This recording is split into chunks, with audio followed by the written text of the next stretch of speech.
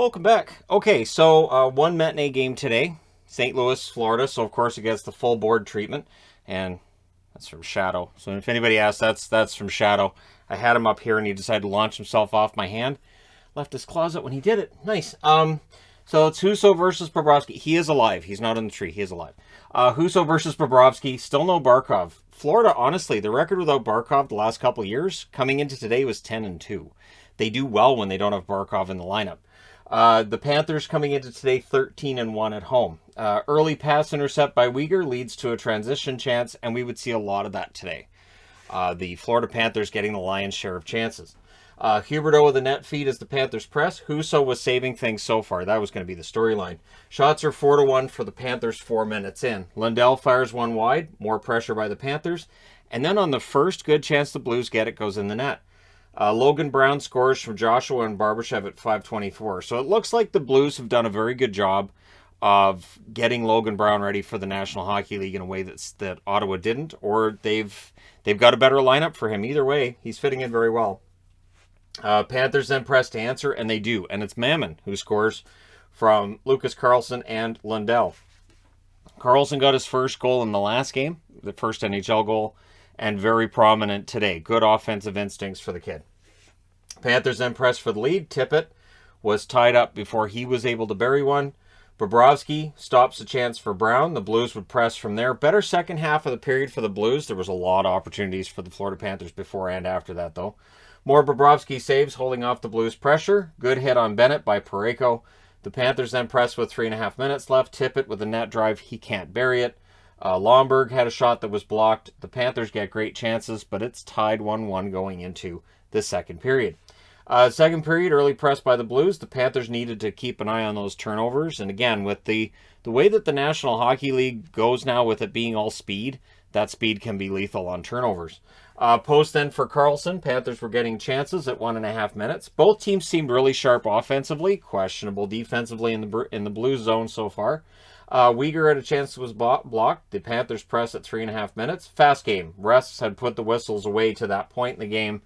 The first penalties actually lead to a 4-on-4, which the crowd didn't like because they called embellishment on Lomberg. I thought it was okay, but I mean, to me, it seemed like a referee trying to make sure there wasn't a man advantage coming out of it, so both of them go off. Wallman then scores during the 4-on-4 from O'Reilly at 6:36. So it's a nice 4-on-4 goal. Gudas was stripped of the puck, and that led to the goal. Verhaeghe then nearly responds. The fans wanted a call during that play. Fans very animated for a Florida crowd. Good for them. Blues tight checking to counter Panthers speed. I only say that because there's times during a Panthers game where it seems like the crowd's kind of quiet. So, because again, there's always that discussion of, Florida and the attendance and all that. I think the crowd today was fantastic. Buchnevich then had a chance that tips and ends up hitting the crossbar and going over. Blues, better with the lead, it seemed, at the time. Husso saves, doesn't like Hornquist after the whistle. That's a surprise, a goaltender not liking Patrick Hornquist up and after him. Ekblad then goes beast mode. Husso saves on that. Uyghur was denied as well. Lots of pressure from the Panthers. They even had a line change to keep it in the zone before St. Louis could make their line change.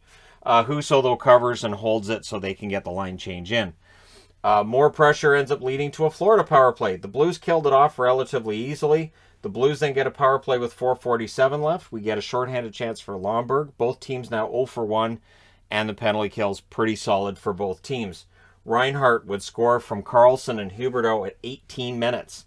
So again, Lucas Carlson with multiple point game for the Florida Panthers. Huberdeau on the board there, and Reinhart with a nice goal. And the momentum was back with the Panthers after that. Last minute chances for them as well, but the Blues did survive. And that's basically what you have to do against Florida, is survive. Third period. 15 seconds in, Huberdeau with a break. That draws a power play. Reinhart then had a chance that was saved during said power play. It was a good one, but it's killed off. Lindell has a chance that deflects aside. Bortuzzo flattens Vetrano and then kind of kept him down. Just kind of keep Vetrano down for a bit. Connaughton ends up hitting the post on a play that was set up by Vetrano. Would have been a very hard-fought assist if he'd got it. And then at 4:29, against the flow of play, it's a rush chance, and Saad buries it from O'Reilly. And watching this, I was like, this reminds me of Seattle a couple weeks ago. They can be dominant and getting all the shots, and then there's a puck the other way and it goes in the net. And so, you know, sometimes you can point at the goaltending, sometimes you can point at the defense, sometimes it's just the way it goes in hockey, right? So that's the first shot of the third period as well for St. Louis. The shots were 40-21 at that point in favor of the Florida Panthers. There's no reason they should be behind other than Ville Husso. Lomberg then had a breakaway. Husso saves on that. Bennett had a drive that was saved as well. No rebound given up on that play. Tippett was denied. Early whistle, though. Puck was still loose, and they blew the whistle anyways. It's all about when they lose sight of the puck, right? But yeah, it was all Panthers, even though they're down by 1 in this one. Blues generate a couple of chances with 9 minutes left. Montour was denied and close when the Panthers get a chance. Husso, absolutely the first star of this game with 7 minutes left. I didn't see the stars. I'm imagining Husso should have been the first star, but probably didn't get that. So Reinhart can't bury on a turnover. 5:02 left. The Panthers get a power play. Krug wasn't happy with the call, but they were 0 for 2 at this point, 3 shots. Ekblad stick breaks. The Blues killed it off. I don't think there were any shots recorded. I didn't see any that hit the net, so I put up no shots.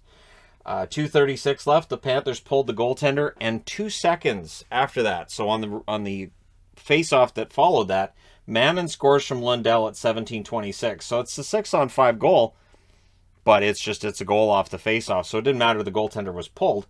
Then that was shot number 50. So, yeah, that's the kind of game that Florida was having. It took 50 shots to get that third goal. Shot attempts after the 60 minutes as we got ready for overtime, 76-32 in favor of the Florida Panthers. There's no business for this game to go to overtime if you're the St. Louis Blues. They had to be quite happy to have gotten a point to that stage of the game. Overtime. Panthers control. They're 4-1 in overtime. So they like the overtime. Blues had a 2-on-1 that misfired. Buchnevich defends a Huberdeau chance. Reinhart had a chance that was saved and held on to. Mammon steals one, but the Blues would get it back. And then the Blues ice the puck. And 3-on-3 icing can be dangerous. Panthers press on a delayed penalty with 1:57 left. Shen takes a penalty for a trip on Lundell. It was a dangerous trip too. Pressure. Lots of pressure for Florida. But they didn't get shots on the power play, and we end up going to a shootout. So this going to a shootout, St. Louis probably pretty happy to go to a shootout in Tampa. St. Louis, of course, wanting 2 points, but we'd go through this. And I've lined this up by who shot first, which was Florida, Lundell, and that's the answer of Hahn or Greedo. It's Florida. Lundell gets the first goal. Kyrou hits the post. Huberdeau then. His shot was saved. Logan Brown gets the goal to tie it up at 1. Reinhart gets the winner. O'Reilly, his opportunity was saved as well. So the Florida Panthers go 2 for 3 on the shootout. St. Louis goes 1 for 3, and Florida wins 4-3. Go to 17-4-3 on the season. The Blues drop to 12-8-4 with the shootout loss. And again, I think if for St. Louis they take that, for Florida they have to be happy they got the 2 points. They never had a lead at all in this game, but in the end, they do get the victory. The shots, 17-10 Florida in the first, 19-9 Florida in the second, 14-5 Florida in the third. Both teams had 1 shot in the overtime. Final shots, 51-25 for the Panthers. Power play, St. Louis 0 for 1, Florida 0 for 4. And it's right that the power plays are that lopsided because Florida had the puck a lot, so it makes sense that the team that takes the penalties is the one that's chasing the puck quite often.